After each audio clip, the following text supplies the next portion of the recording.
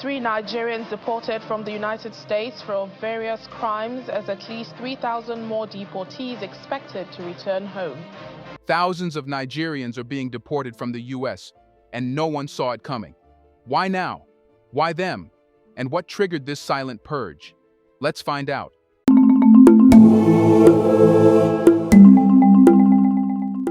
They didn't break down the doors.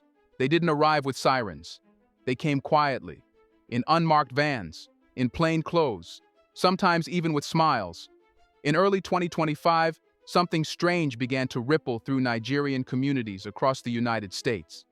It wasn't broadcast on the news, it didn't trend online, but word of mouth spread fast in places like Houston's Little Lagos, the Bronx's Yoruba enclaves, and the bustling African neighborhoods of Maryland. People were vanishing, not into the night, but into immigration vans, courthouse side doors, and lockdown holding facilities. And no one could explain why the names being called were almost always Nigerian. At first, it was one person here, two people there. A man who went to his monthly ICE check-in and never returned. A woman who dropped her kids at school and never made it to work. Then came the phone calls. Desperate, urgent. They got me. They're sending me back. Call my family. And still, no one in the mainstream media said a word. What made this wave different was its silence. There were no high-profile raids or televised deportation flights. Instead, it unfolded like a whisper campaign, precise, quiet, and surgical. The targets? Nigerians with unresolved visa issues, expired documents, pending asylum cases, or minor administrative violations.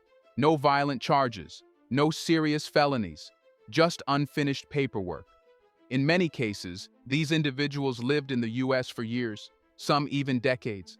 They had American-born children, mortgages, jobs, and deep roots in their communities. Yet none of that seemed to matter. One by one, they were marked for removal. The calls started reaching Nigerian embassies by February. A pattern was forming. People of the same nationality, from different states, all being detained with shocking coordination.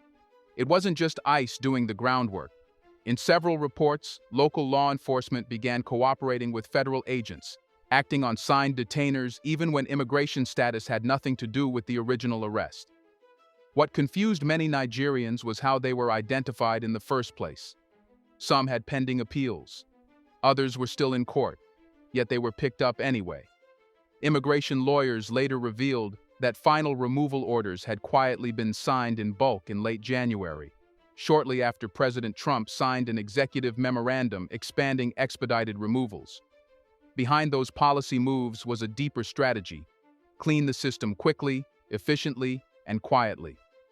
Nigerians, who ranked high in visa overstay statistics due to complex renewals and backlog issues, became prime targets, not because they were dangerous, but because they were vulnerable and statistically available.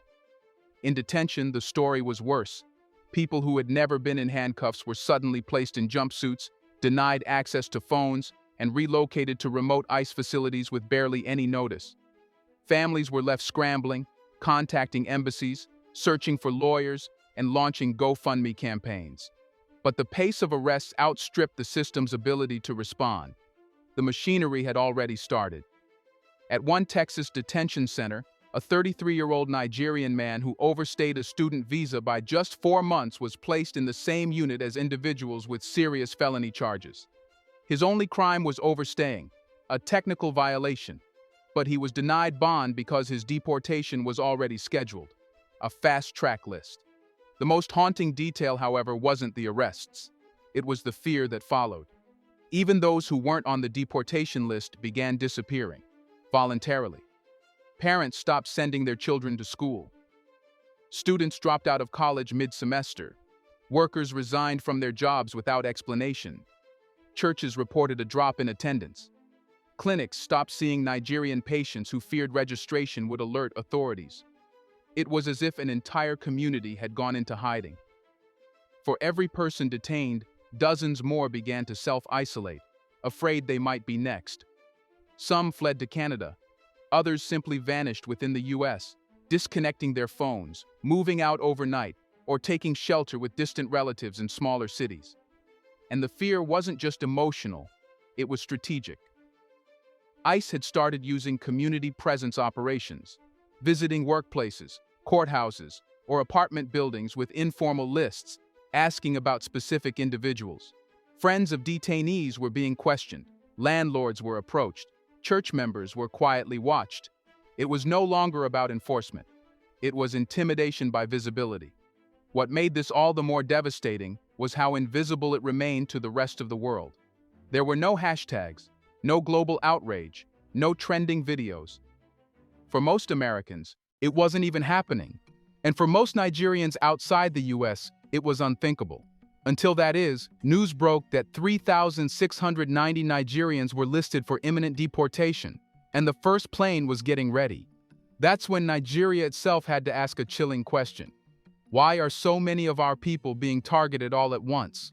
And what forces, political, economic, or diplomatic, made them the first in line? That question takes us deeper, not just into the how, but into the why. Here's a reminder to please like and share the video and subscribe to our channel to watch more videos on Black culture, history, civilization, and identity. Let's continue now. Not Guatemalans, not Chinese, not Ukrainians, not even Mexicans, who have historically topped deportation statistics. In 2025, under a revamped U.S. immigration policy, it's Nigerians who are being detained with eerie precision. But this isn't random. This is calculated policy engineering, driven by data, strategy, and a new kind of political theater. Behind every ICE raid, every courtroom signature, and every van door slammed shut is a logbook of metrics. The Trump administration, back in office as of January 2025, wasted no time in weaponizing that data. One particular chart caught the attention of White House advisors. Nigerians represented a disproportionately high percentage of visa overstays and asylum denials relative to other African and non-African nationalities. In 2024 alone, 3,690 Nigerians were recorded as having final removal orders.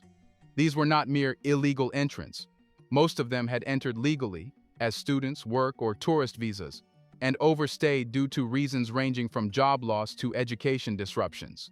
But to Trump's team, they were statistically low-hanging fruit. And here's the twist. Unlike many immigrants who evade detection, Nigerians often do everything by the book. They file for extensions. They attend court dates.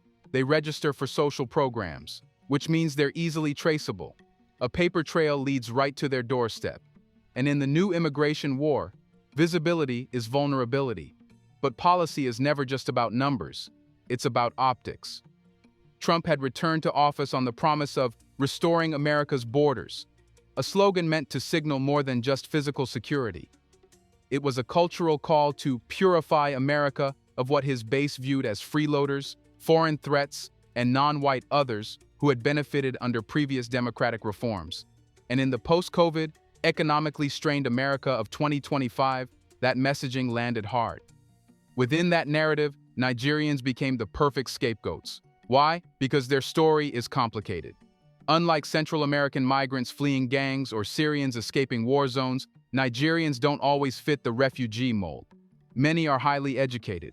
They speak fluent English. They attend Ivy League schools. They're visible in healthcare, tech, and academia. In short, they succeeded. And for a certain political audience, that success feels threatening. In conservative media circles, Nigerian success stories are often warped into anti-immigrant talking points. They take the scholarships, they crowd our hospitals, they use fake marriages to stay, they say. Right-wing outlets began circulating misleading data in early 2025, claiming that Nigerian immigrants were abusing the asylum system, despite there being no such statistical trend. So when Trump's team designed their tiered enforcement priority list, Nigerians were placed not at the bottom, but somewhere dangerously near the top. And there was one more reason. Nigeria is diplomatically weak in the U.S. immigration negotiation game. Countries like India or China often push back hard when their citizens are targeted. They delay travel document issuance. They threaten trade retaliation. Nigeria, while a giant in Africa, doesn't wield that kind of leverage in Washington. It doesn't have the trade threat capacity, nor does it contribute meaningfully to U.S. manufacturing supply chains. So when America asks, "Will you accept a plane load of deportees next week?" Nigeria usually nods. By February 2025, the White House had quietly signed agreements with at least 6 compliant countries to fast-track the deportation of their nationals. Nigeria was one of them. There were no press releases, no signing ceremonies, just logistics teams and deportation flights on standby. This compliance made Nigeria a testing ground. If the U.S. could detain and deport hundreds of Nigerians quickly and cleanly, it could roll out similar operations on other cooperative African and Caribbean nations. And there was something else fueling the machine: internal politics in Nigeria itself. Faced with growing youth unemployment, an overstretched social sector, and a crumbling naira, Nigerian authorities were secretly grateful to receive fewer remittance-dependent returnees than expected.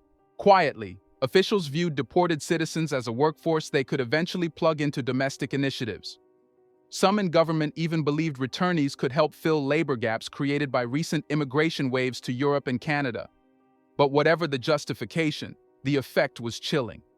Being Nigerian in America became a liability overnight. For the thousands now marked for removal, it didn't matter how long they'd been in the U.S., whether they had families or if they were tax-paying workers.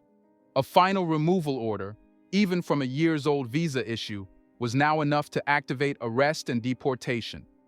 And behind those orders wasn't just ICE. It was an entire federal apparatus, lubricated by politics, image control, and selective enforcement. But targeting is just the beginning. Once identified, Nigerians are taken into a hidden world few understand: a network of detention centers, deportation charters, and silence. They vanish into the system only to reappear weeks later, sometimes in Lagos, sometimes in Abuja, with nothing but the clothes on their backs. So what does this deportation machine look like from the inside? Once a Nigerian is flagged for removal, the story doesn't end. It just moves underground. What follows is not a trial, not a debate, but a procedure. The kind that runs 24/7, far from courtrooms and TV cameras. In this world, the deportation process is not about crime or justice. It's logistics. It's booking numbers, coded documents, silent transfers, and human beings treated as administrative cargo. The system begins with a form, the Notice of Custody Determination. Once that's signed, the person is no longer just an immigrant. They are a removable subject, someone whose presence in the United States is now legally invalid. And from that moment forward, every decision about them is made without their consent. The lucky ones are sent to designated ICE holding centers. The unlucky? Transferred to private detention contractors, massive facilities run by corporations profiting from the federal government's deportation contracts. These aren't like jails. They're worse in one way. You're not convicted of anything, yet you have fewer rights. Inside, Nigerians face a stark reality. They are isolated linguistically and culturally. Few detention staff understand Yoruba, Igbo, or Hausa. Medical requests are often delayed. Food is bland and unfamiliar. Phone calls are rationed. Some detainees have described going days without access to their lawyers. And when meetings do happen, they're brief, squeezed into 5-minute windows in crowded rooms with bulletproof glass. For the 85 Nigerians who were cleared for deportation earlier this year, the wait has become a psychological trap. Some have been sitting in these centers for weeks, even though their removal orders were finalized. Why the delay? Because deportation flights are scheduled like supply runs, only when the numbers hit a certain threshold. Until then, they remain in limbo. Some were taken while attending school, others from hospitals, a few from workplaces. Their belongings, confiscated and stored in labeled plastic bags. They are given standard issue clothes, and their legal identity, passport, visa, ID, becomes irrelevant. These centers are not uniform. In some states, detainees are treated with minimal respect. In others, abuses are routine. Former detainees have reported use of solitary confinement, physical intimidation, and deliberate medical neglect, especially toward African detainees who question orders. And because deportation is not a criminal sentence, detainees have no guaranteed right to bail. They are stuck until the flight arrives. When that flight comes, it's not announced with dignity. There's no advance notice. Sometimes it's a whisper in the hallway. Sometimes it's a 4 a.m. knock on the cell door. You have 10 minutes, no phone calls, no goodbyes, no closure. You're given one set of clothes, often not your own. You're shackled, wrists, ankles, waist, escorted by armed guards, and placed in the belly of a chartered plane. These flights, often operated by ICE's Air Operations Division, run under high secrecy. Flight schedules are not public, families are not informed. In some cases, Nigerian consulates are notified only after the person has landed. The actual flights are as sterile as the process that precedes them. No announcements, no destination screens, no human warmth. Just paperwork, silence, and a journey to a home many haven't seen in years, or don't even remember. And what about the moment of arrival? Contrary to the assumption, deportees are not handed over to family members waiting at the airport. They are met by Nigerian immigration authorities, processed again, questioned again, and in some cases, transferred to separate facilities if their cases involved any criminal allegations in the U.S., even if they were non-violent or never proven.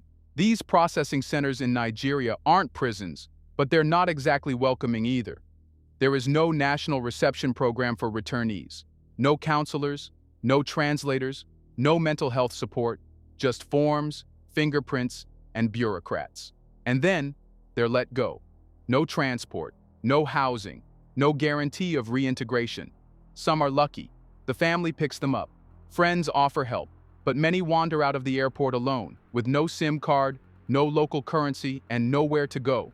For people who left Nigeria in their teens or 20s and who are now returning in their 30s or 40s, this isn't going home. It's time travel into a country that moved on without them.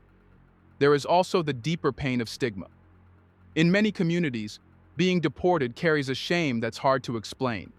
You're seen as someone who failed abroad, a returnee without success, a cautionary tale. Worse still, your story isn't believed. Try telling someone you were deported not for stealing, not for hurting anyone, but for a paperwork issue or overstaying a visa, and most won't buy it. For them, America only deports criminals. That perception can destroy reputations, families, and future job prospects. The deportation system is designed to be efficient, but it's not designed to be fair. It functions like a machine, indifferent to background, circumstance, or dignity. And once it spits you out, it never looks back. But Nigeria must, because these returnees aren't just individuals. They are a wave, and they are growing.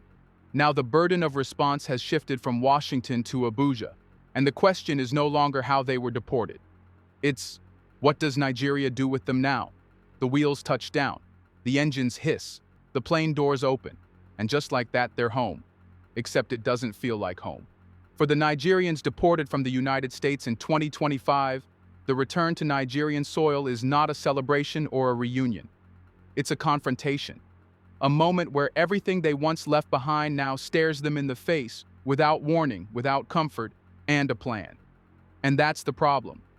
Nigeria was not prepared for this.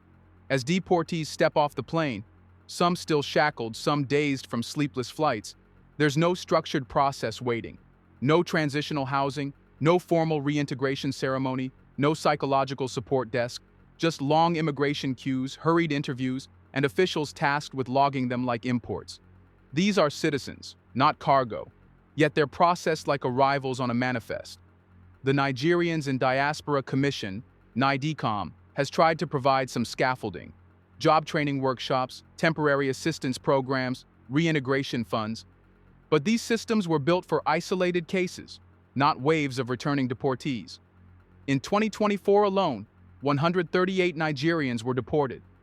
Now, in 2025, thousands more are expected. The infrastructure is simply not scalable.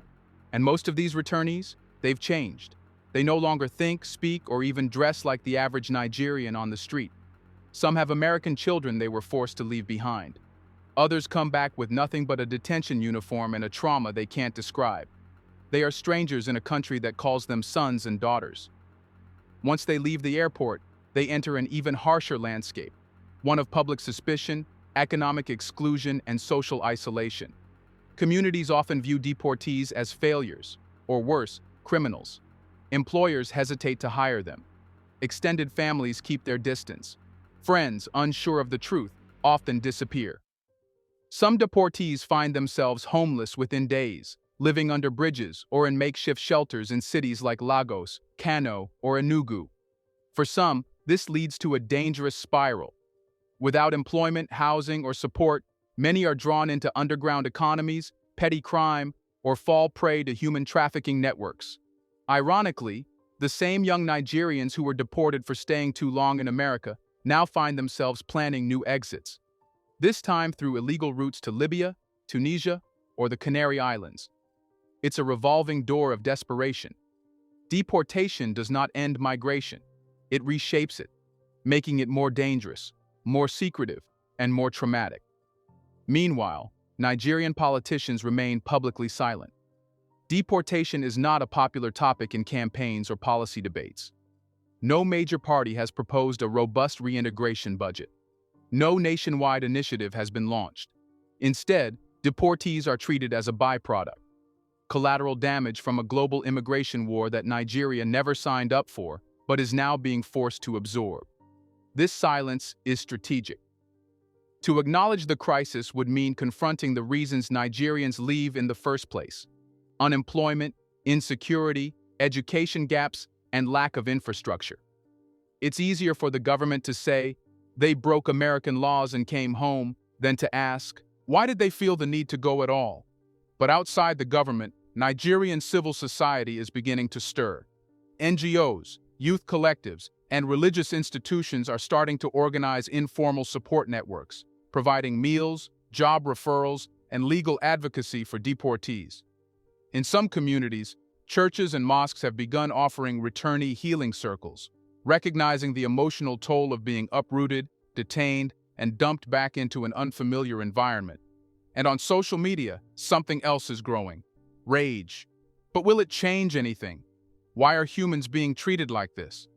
Let us know in the comments section. Why is no one taking action? Do you want to watch more videos like this one? If so, subscribe to our channel and press the bell icon next to it. We have decided to bring videos on something nobody talks about: the Black culture, civilization, history, and evidence about how glorious Blacks have been. Thanks for watching, and until the next video, stay tuned.